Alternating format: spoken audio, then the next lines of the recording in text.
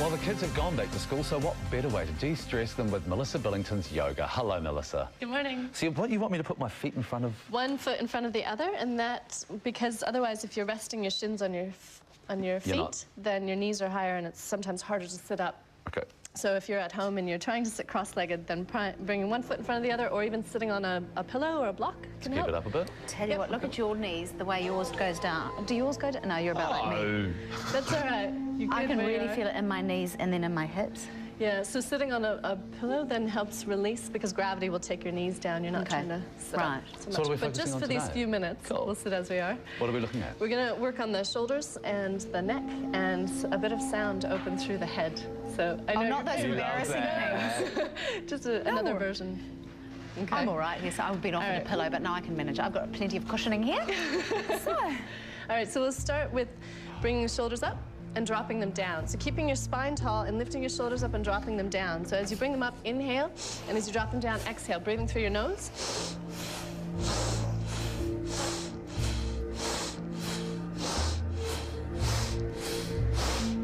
Always a laugh if used.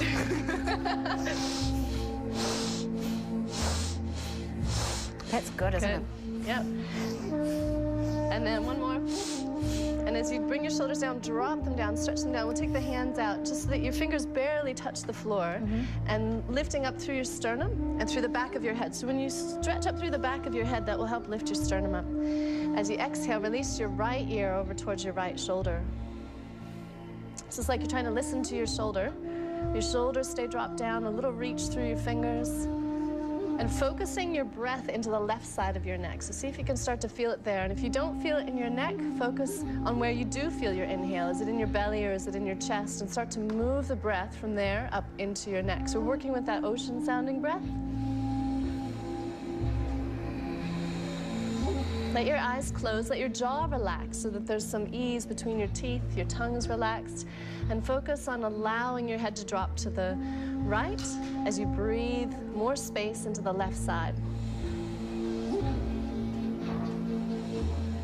Keeping your head relaxed to the right, turn your palms up. So your thumbs roll back, you feel your shoulder blades drop down, and then bend your elbows into the sides of your ribs. And see if that changes what you feel in your left shoulder and your neck.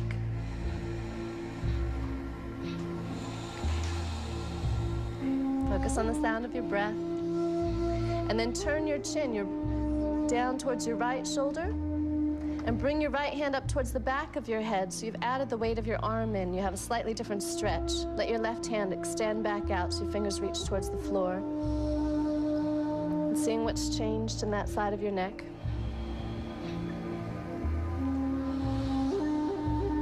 And then as you exhale, drop your chin down towards your collarbones and bring your left hand up. Interlace your fingers at the back of your head and let your shoulders relax and your elbows drop down.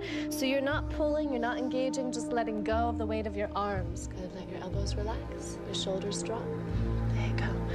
And then starting to release your spine into a curve. Scoop your belly and your ribs into your back so that when you breathe, your breath opens into your back.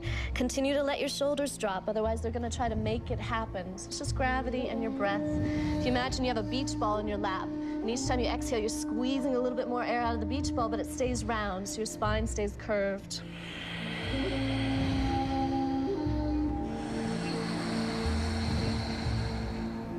And this next time that you inhale, tilt your pelvis so you're on top of your sits bones again. And as you come up, imagine big pockets of air between the vertebrae of your spine. So you come up taller than when you went down. Keep your hands behind your head, open your elbows. Think of your shoulder blades like little hands behind you, helping to press your chest, your sternum out in front. And then stretch your arms up, turn your hands inside out. Inhale, so keep your hands interlaced. Yep, and then reach up through your palms, like you're gonna lift yourself off the ground. So really reach up tall, keep breathing. And then slide your tailbone down towards the floor and your shoulder blades down towards the floor as well. And then take your hands out.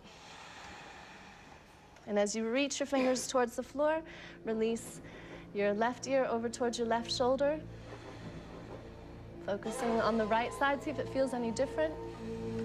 Imagine as you inhale that the breath is supporting your spine so that underneath where you've released your head stays tall, shoulders broad. Long, deep breath. So there's no real trick to the neck. It's just taking the time to breathe into it.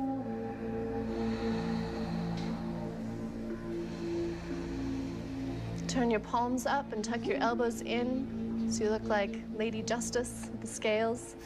Letting your head release to the left, breathing into your right shoulder. See if you can start to feel the breath moving towards your shoulder.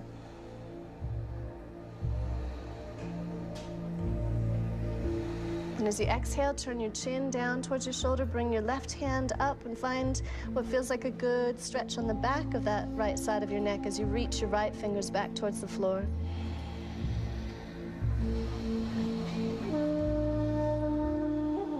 And then as you exhale, release your chin down, let your hands come back to rest on your knees, and when you get to center, lift your head back up. How are we doing for time? Do we have time to do some sound?